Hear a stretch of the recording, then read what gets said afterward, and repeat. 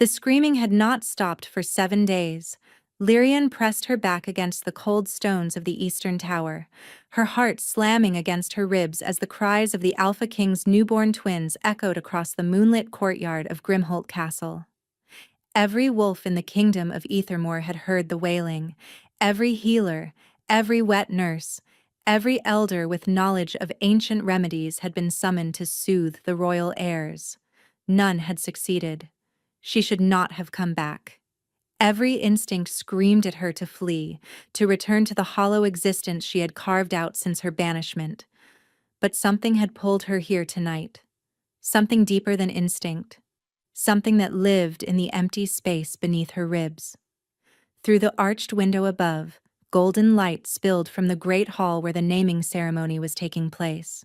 She could hear the murmur of hundreds of voices, the rustle of fine fabrics, the forced merriment of nobles pretending not to notice that the kingdom's future heirs had not stopped shrieking since the moment they entered the world.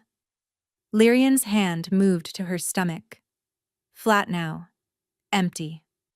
Several weeks ago, that belly had been swollen with life, with twins of her own, with the children of the Alpha King himself, conceived in secret, carried in silence, destined to change everything. Then Rydian had rejected her. She still remembered the emptiness in his silver eyes when he had spoken the words of severance. Still remembered the way his voice had echoed through the throne room, flat and cold as winter stone. Still remembered the agony that had torn through her body as the incomplete mating bond shattered in her chest. "You are nothing," he had declared before the assembled court.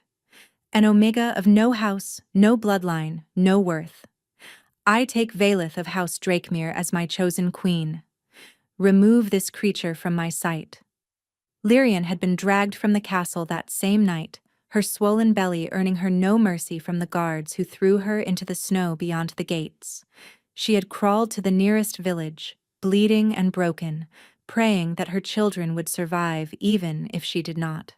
They had not survived. The village healer had delivered the twins early, their bodies blue and still in the candlelight. Lyrian had held them for 1 agonizing hour, memorizing faces they would never grow into, before the healer had gently taken them away. She had buried them beneath an oak tree on the edge of the forest, had planted winter roses on the tiny grave, had whispered their names to the wind every night since. Kaelin and Alara, her son, her daughter, gone before they had drawn a single breath. So why was she here? Why had she scaled the castle walls like a thief, risking execution to watch the man who had destroyed her celebrate the children he had made with another woman? Because something was wrong. Lyrian could feel it in her bones, a vibration that resonated with a frequency she should not have been able to hear. The crying of those twins. It called to her. It burrowed beneath her skin and wrapped around her spine and refused to let her go. She began to climb. The servants' passages were unchanged from her months working in the castle, before Rydian had noticed her, before everything had shattered. Lyrian moved through them like a ghost, her worn cloak pulled tight around her thin frame until she reached the gallery that overlooked the great hall. The scene below stole the breath from her lungs. Thousands of candles blazed from crystal chandeliers, illuminating the gathered nobility of Ethermore. Wolf banners hung from every pillar. The scent of roasted meat and honeyed wine drifted upward. And on the raised dais at the far end, Rydian stood beside his queen. Valeth of House Drakemere was everything Lyrian was not. Tall and willowy, with hair like polished obsidian and eyes the color of frozen amber. She wore a gown of silver and white, and in her arms she cradled 2 screaming infants. The twins. Lyrian gripped the gallery railing until her knuckles went white. She had prepared herself for pain, had steeled herself against the sight of Rydian with another woman. She had not prepared for this. The babies were wrong, not in any way she could articulate. They were beautiful, healthy, their lungs certainly strong enough given the volume of their cries. But something about them made Lyrian's empty womb clench with phantom pain. Honored guests. the High Elder announced, his reedy voice cutting through the noise. "We gather to bestow names upon the heirs of Ethermore. Prince Kalen and Princess Alara shall be—" Lyrian stopped breathing. Kalen. Alara. The names she had whispered to her dead children. The names she had never spoken aloud to another living soul. The names she had chosen in the secret darkness of her chamber, sharing them only with the man she loved. The man who now stood beside another woman, watching her present children with the exact names Lyrian had chosen. Coincidence. It had to be coincidence. But even as she told herself this, her wolf stirred for the first time in weeks. The beast that had gone silent after the rejection, that had curled up and refused to respond no matter how desperately Lyrian had called to it, suddenly raised its head. Mine. The word echoed through Lyrian's mind with devastating clarity. Those pups are mine. Below, the twins' cries intensified. Their tiny bodies arched in Valeth's arms, their faces contorted with distress that no comfort could ease. And Lyrian understood. They were not crying because they were colicky or hungry or tired.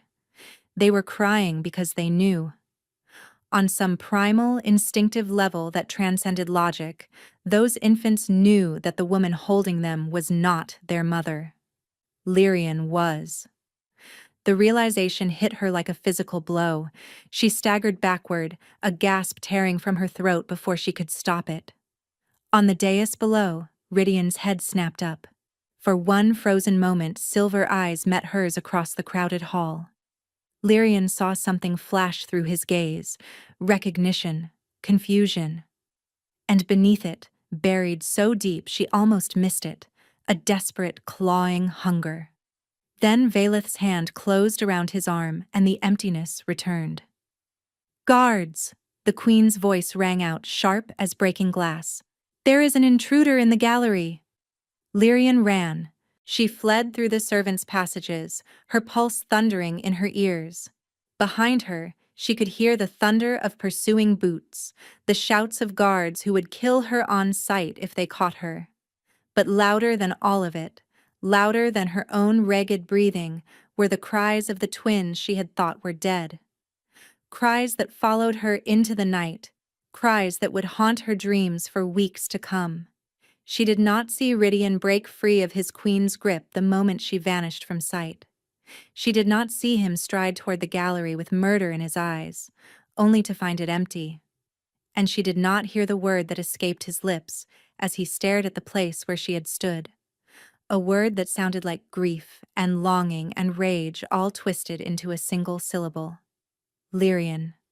6 weeks later, the twins were dying. Lyrian learned this not through any official announcement, but through the whispered gossip of merchants in the village market where she had taken refuge. The royal heirs had stopped eating. Their cries had grown weaker with each passing day. Every healer in the kingdom had tried and failed to save them. The Alpha King, they said, had not slept in weeks. His wolf was consuming him, driving him toward a madness from which there would be no return. And the queen, beautiful Valeth, had locked herself in her chambers and refused to see anyone. "Cursed," the fishmonger muttered, shaking his head. "The whole bloodline is cursed. Mark my words, those pups will be dead before the new moon." Lyrian's hands trembled as she counted out coins for her meager purchase. She had spent the past weeks trying to convince herself that she had imagined everything. That grief had twisted her mind into seeing connections that did not exist. But the names she had never shared with anyone, and the way the twins had screamed, as if their tiny souls were reaching for something just beyond their grasp. She returned to her rented room above the tanner's shop and sat in the darkness, staring at the wall. Her wolf paced restlessly within her, a constant presence that had refused to settle since the night of the naming ceremony. "Go back," it urged. "They need us." "They are not mine," Lyrian whispered. "I buried my children. I held their cold bodies in my arms." "Did you?" The question pierced through her carefully constructed walls. She tried to remember.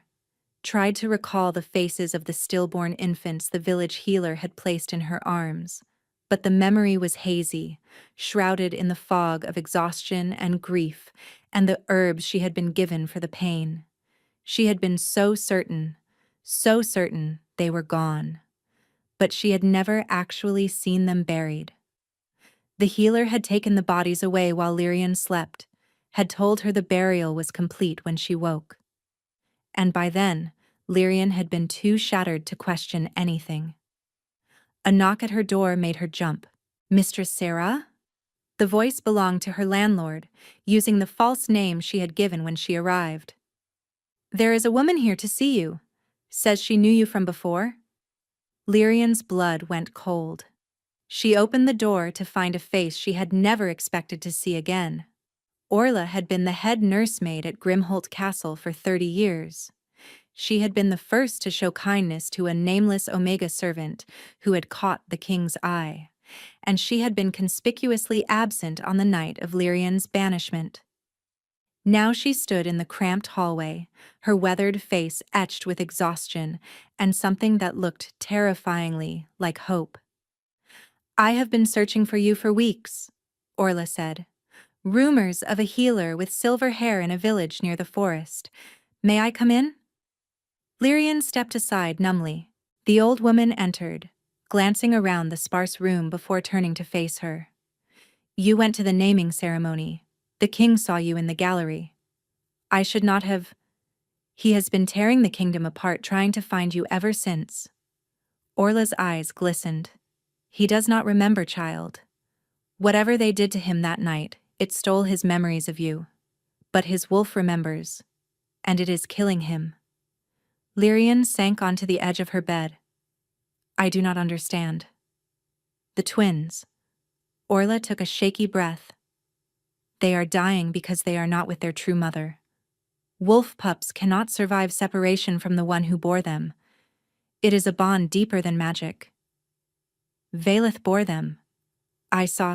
You saw what the Drakemeres wanted you to see." Orla knelt before her, taking Lyrian's cold hands in her own. "I was there the night your children were born. I was there when they took them from your arms while you slept and replaced them with stillborn pups from a village woman who had lost her own." The world tilted beneath Lyrian's feet. "The queen was never pregnant," Orla continued. "It was all illusion, dark magic bought from practitioners who should have been executed years ago. Your children were given to her. Your children have been raised believing that Monster is their mother." "No." The word came out broken. "No, I held them. They were not breathing."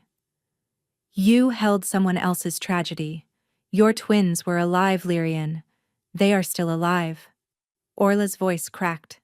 "But they will not be for much longer. They refuse to eat. They refuse to sleep. They do nothing but cry for a mother they have never met."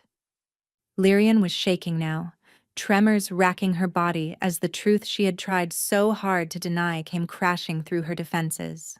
Her children were alive. Her children were dying. And only she could save them. "Even if I believed you," she managed, "I cannot simply walk into Grimholt Castle. The queen will have me killed the moment I set foot inside." Orla reached into her cloak and withdrew a bundle of gray fabric, a servant's uniform. "The castle is in chaos. They have been hiring anyone willing to work near the screaming nursery. No one looks twice at a new face anymore." Lyrian stared at the uniform. "This is madness. This is your only chance." Orla pressed the fabric into her hands. "The queen has convinced the council that the twins' illness is a curse placed by enemies of the realm. She never lets them out of her sight. Then how am I supposed to—" "There will be a council meeting tomorrow at midday. Valeth will be required to attend. For 1 hour the nursery will be watched only by servants." Orla's grip tightened.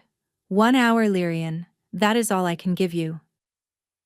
The candle on the table flickered, casting dancing shadows across the walls. Somewhere in the distance, a wolf howled at the rising moon. Lyrian looked down at the servant's uniform in her hands, gray and shapeless, designed to render its wearer invisible. The perfect disguise for a mother who was about to commit treason to save the children she had thought were dead. "If this is a trap," she said quietly, "I will kill you myself." Orla smiled sadly. "If this is a trap, we will both be dead before dawn. But it is not, child. I swear on my own wolf's soul." Lyrian closed her eyes. She thought of 2 tiny graves beneath an oak tree, of names whispered to the wind, of the emptiness that had consumed her since the night everything was stolen from her. Then she thought of 2 infants crying for a mother they could not find. "Tomorrow," she said, and sealed her fate. The nursery was on the highest floor of the eastern tower, as far from the noise of the castle as possible. Lyrian climbed the spiraling staircase with her pulse racing, the gray servant's uniform scratching against her skin. She had entered Grimholt through the kitchen entrance, had kept her head bowed and her scent masked with the bitter herbs Orla had provided. No one had spared her a second glance, but with each step closer to the nursery, her wolf grew more restless. Close. So close. The crying reached her before she reached the door. Weaker than she remembered from the naming ceremony, more like the mewling of kittens than the robust screaming of healthy wolf pups. The sound wrapped around her chest and squeezed. 2 servants stood guard outside the nursery, their faces gray with exhaustion. "Shift change," Lyrian murmured, holding up the uniform Orla had given her. "I am to relieve one of you." The younger servant, barely more than a girl, looked at her with naked relief. "Thank the moon. I cannot take another moment of that wailing." She fled down the stairs without a backward glance. The remaining servant simply shrugged. "Good luck. Nothing helps. We have tried everything." "I will manage," Lyrian said. She pushed open the nursery door. The room was beautiful in the way only royal spaces could be. Silk curtains in silver and blue framed tall windows that overlooked the kingdom. Hand-carved furniture gleamed with polish. Toys and blankets and every luxury an infant could desire covered every surface. And in the center of it all, in a bassinet large enough for 2, lay the twins. Lyrian's knees nearly buckled. They were so small, so fragile. Their skin had taken on a grayish pallor, and their tiny bodies trembled with each weak cry. The boy, Kaelin, had dark hair like his father. The girl, Alara, had hair the color of moonlight. Like Lyrian's mother. Like Lyrian herself before she had started dyeing it with walnut bark. Mine. Her wolf's certainty crashed through her with the force of a tidal wave. There was no more room for doubt. No more space for denial. Every fiber of her being recognized these children as her own. Lyrian crossed the room on trembling legs. The twins' crying intensified as she approached, their tiny hands reaching upward as if grasping for something they could sense but not see. Lyrian's eyes blurred with tears. "I am here," she whispered. "I am so sorry. I am here now." She reached into the bassinet and lifted Kaelin first, cradling him against her chest. The moment her skin touched his crying stopped. Not gradually. Not a slow settling. Instant silence. The boy's eyes opened, revealing irises of pure silver that stared up at her with an intensity no infant should possess. His tiny hand curled around her finger, and Lyrian felt something snap into place in her chest. A bond, a connection, a thread of pure light linking her soul to his. She lifted Alara with her other arm, and the same thing happened. Silence. Recognition. Bond. Both twins nestled against her, their small bodies relaxing into her embrace, as if they had finally found the one place in the world where they belonged. Their breathing deepened. Their trembling stopped. For the first time in 7 weeks, they were at peace. Lyrian sank into the rocking chair by the window, both children held close, and wept. She did not know how long she sat there. Minutes. Hours. Time lost all meaning as she held the children she had mourned, The children she had believed were buried beneath winter roses. She memorized their faces, the curve of Kaylin's cheeks, the tiny birthmark behind Alara's ear, the way they smelled like milk and moonlight and everything she had lost. "I will find a way," she promised them. "I will find a way to save you, to claim you. I swear on my wolf's soul, I will never let anyone take you from me again." Alara cooed softly, and the sound was the most beautiful thing Lyrian had ever heard. She was so lost in the moment that she did not hear the footsteps in the corridor, did not hear the door open behind her, did not sense the presence until a voice like broken thunder split the silence. "Who are you, and what have you done to make them stop crying?" Lyrian turned, and found herself staring into the silver eyes of the Alpha King. Rydian stood in the doorway, his massive frame filling the space. He looked nothing like the cold, empty man who had banished her. Dark circles shadowed his eyes, his cheeks were gaunt, his hair was wild, his clothing disheveled, and his hands trembled at his sides. But it was his expression that stole her breath. He was looking at her the way a drowning man looks at land, with desperate, disbelieving hope. "You," he breathed. And the word held 1,000 questions. The twins stirred in Lyrian's arms, their small heads turning toward the sound of their father's voice. But they did not cry. They remained peaceful, content, as long as they were touching her skin. "I asked you a question."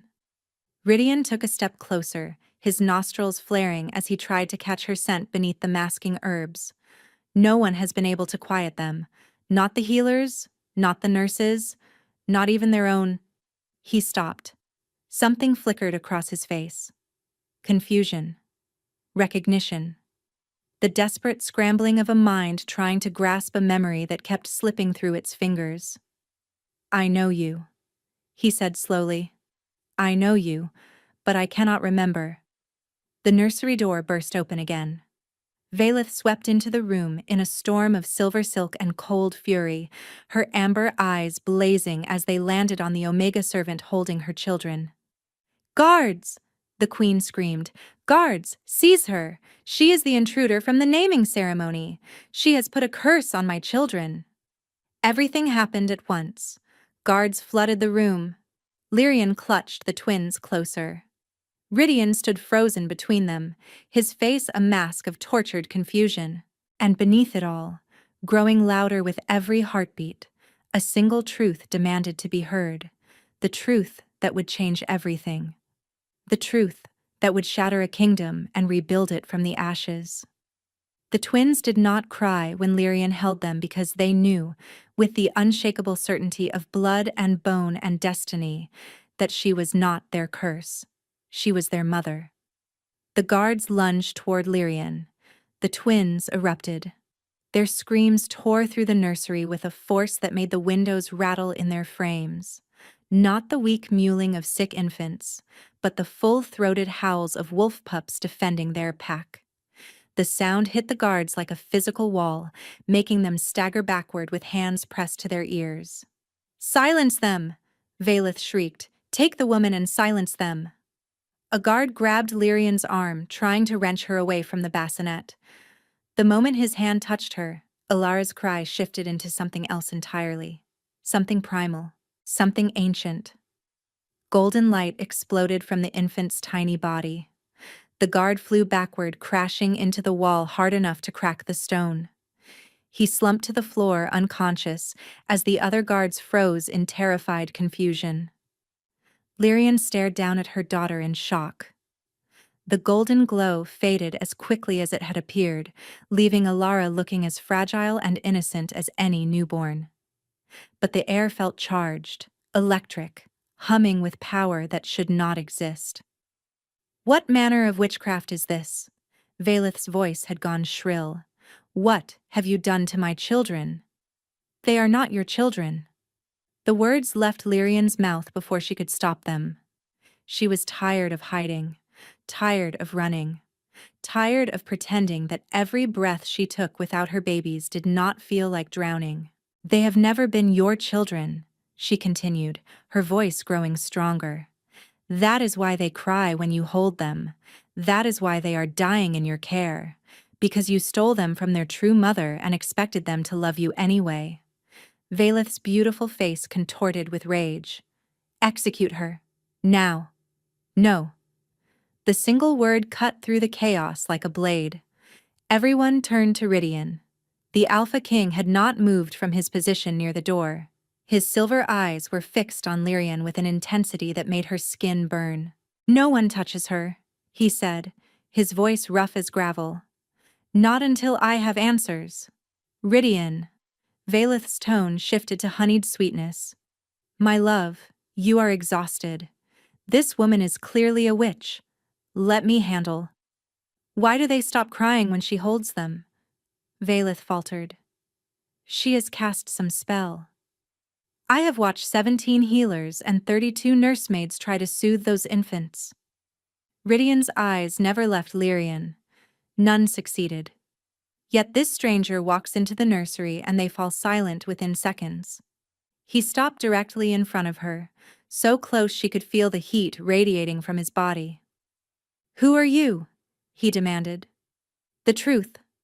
Lyrian looked up into the face of the man she had loved. The man who had whispered promises in the darkness. The man who had torn her apart and did not even remember doing it. My name is Lyrian, she said quietly. And 9 months ago, you told me I was your fated mate. Something shattered behind Rydian's eyes. He staggered backward, one hand flying to his temple as if struck by a sudden pain.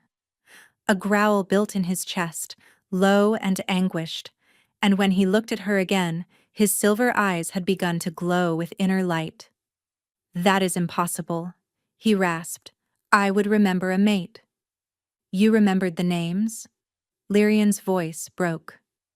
Kaelin and Alara. The names I chose for our children in secret.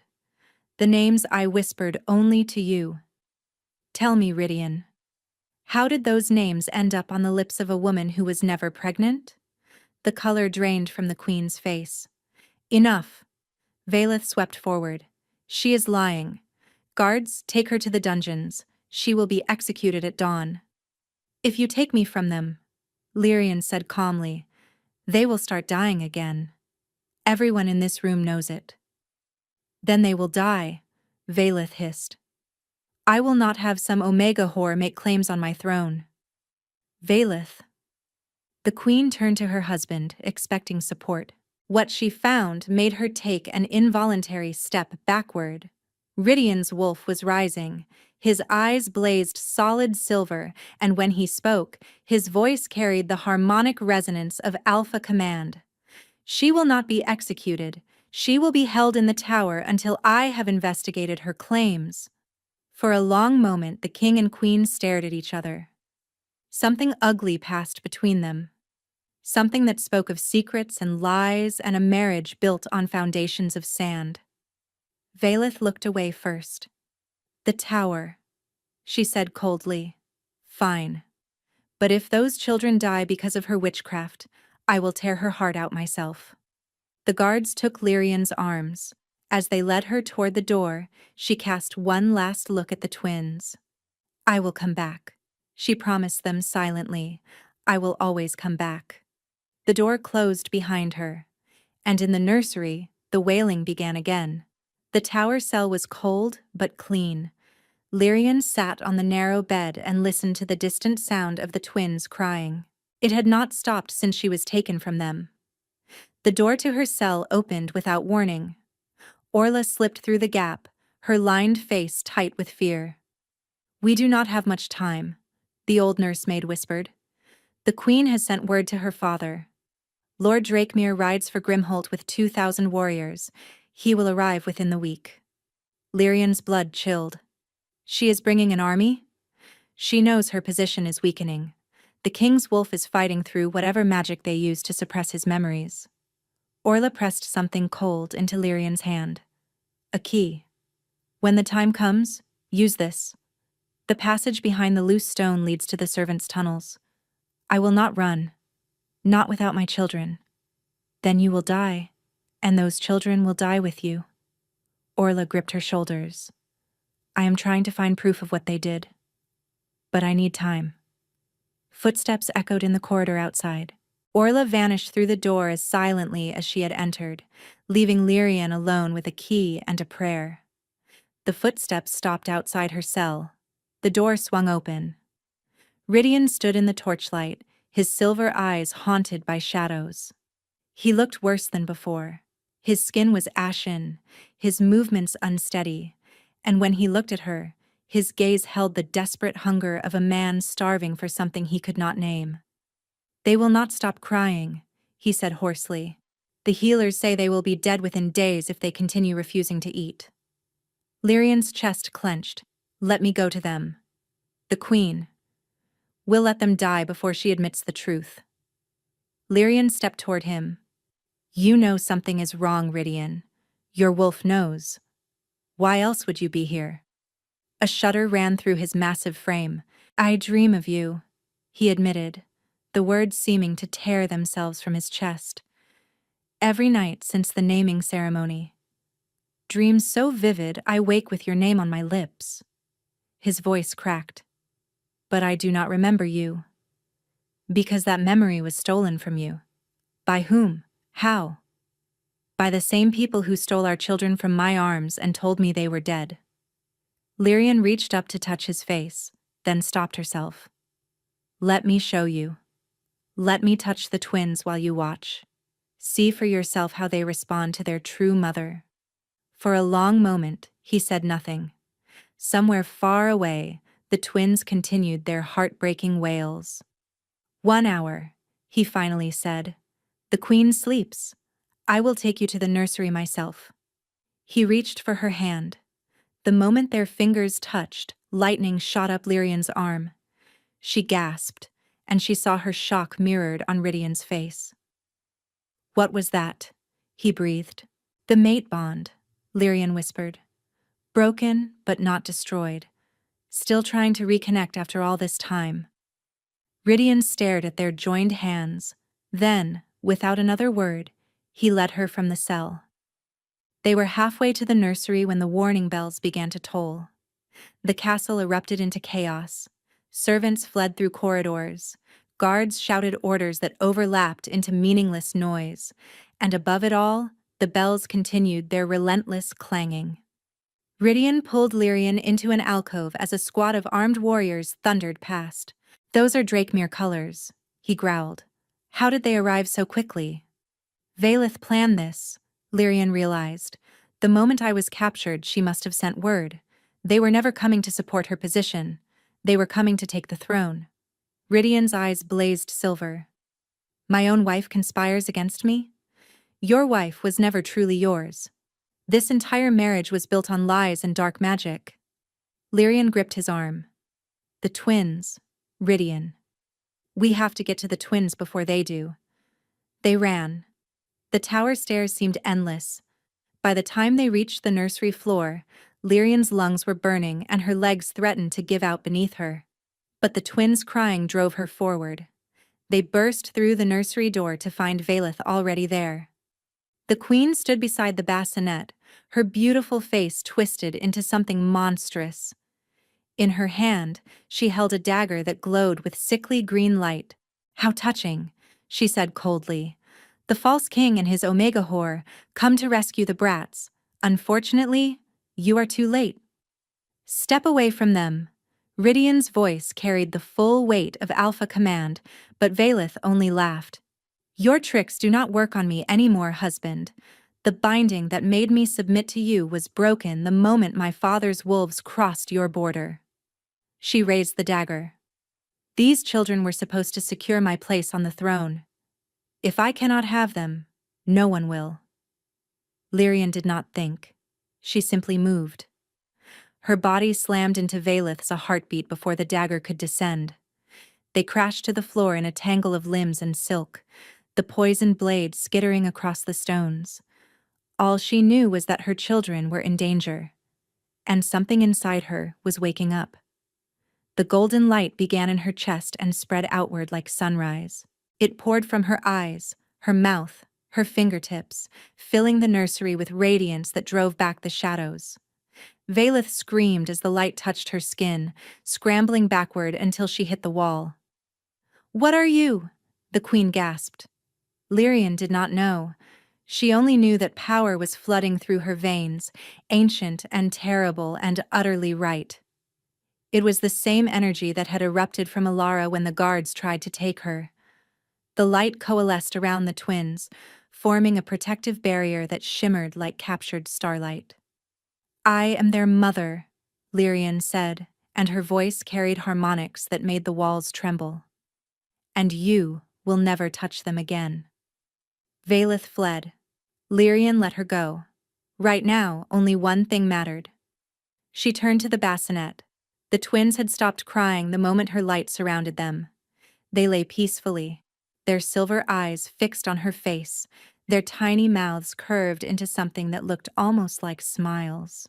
Lyrian gathered them into her arms and wept. A hand touched her shoulder. She looked up to find Rydian staring at her with wonder and awe. And beneath it all, the first stirrings of memory fighting its way to the surface. "The light," he whispered. "I remember that light. From a dream. From a night in the forest when the moon was full and you—" He stopped, his voice breaking. "Lyrian, what happened to us?" Before she could answer, an explosion rocked the castle. The window shattered inward. Through the opening, Lyrian could see Drakemere banners flying from the main gate. "We need to move," Rydian said.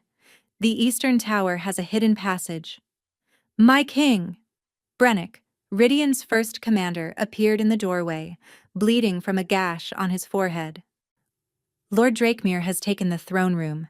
He has declared you unfit to rule and named Valeth regent."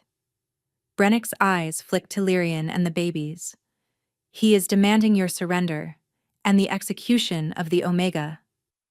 "Over my dead body," Rydian snarled. "That can be arranged," a new voice said. Lord Aldrich Drakemere stepped into the nursery, flanked by a dozen warriors in black armor. He was an older version of his daughter with the same cold amber eyes. "My son-in-law," he said pleasantly. "You have caused my family a great deal of trouble. The spell we paid so dearly for was supposed to keep you compliant for decades. You drugged me." Rydian's voice was deadly quiet. "You stole my memories. You gave my children to your daughter. Made you believe exactly what we needed you to believe." Drakemere shrugged. "The Drakemere bloodline deserves the throne. We simply expedited the process." Lyrian clutched the twins closer, her golden light flickering as exhaustion began to set in. "Now," Lord Drakemere continued, "you will surrender yourself to my custody. The Omega and the brats will be disposed of quietly." Rydian stepped in front of Lyrian and his children. "You will have to kill me first." "That was always the plan." Drakemere raised his hand. The black-armored warriors drew their swords. And in the distance, a horn sounded. Not a Drakemere horn. Not the castle defenders. Something older. Something wilder. Something that made Lord Drakemere's face go pale. "Impossible," he breathed. The wolves came from the forest like a silver tide. Hundreds of them. Thousands. Wolves of every size and color, their eyes blazing with ancient light as they poured through the broken gates of Grimholt. At their head ran a massive white wolf whose fur glowed with the same golden radiance that had erupted from Lyrian. "The wild packs," Brennick whispered in awe. "The wolves who answer to no king. They have not been seen in 300 years." Lord Drakemere's warriors broke formation, their training forgotten in the face of the impossible tide flowing toward them. Some tried to fight. Most simply ran. It did not matter. The wild packs showed no mercy. In the nursery, Lyrian stared at the chaos unfolding beyond the shattered window. The white wolf leading the charge, the golden glow surrounding its form. She knew that wolf. "Grandmother?" she breathed. The word triggered something in her memory. Stories her mother had told her as a child. Tales of a bloodline that stretched back to the first wolves. Of women who carried light in their veins and could call upon the wild packs in times of desperate need. of Luna healers. Lyrian looked down at her daughter, at the tiny girl who had defended her mother with a burst of golden power. We are Luna healers, she realized aloud. The bloodline survived. Before Rydian could respond, Lord Drakemere lunged. The old wolf lord had not fled with his warriors. Instead, he had circled behind them during the chaos. His eyes blazed with desperate fury as he drew a blade identical to the one Valeth had carried. If I cannot have the throne, he snarled, then no one will. He hurled the poisoned dagger at the twins. Time slowed to a crawl. Lyrian saw the blade spinning through the air, its green glow leaving trails of sickness in its wake. She saw Rydian moving to intercept, too slow, too far away. She saw her children, peaceful in her arms, unaware of the death hurtling toward them. And she made her choice. She turned her back to the dagger.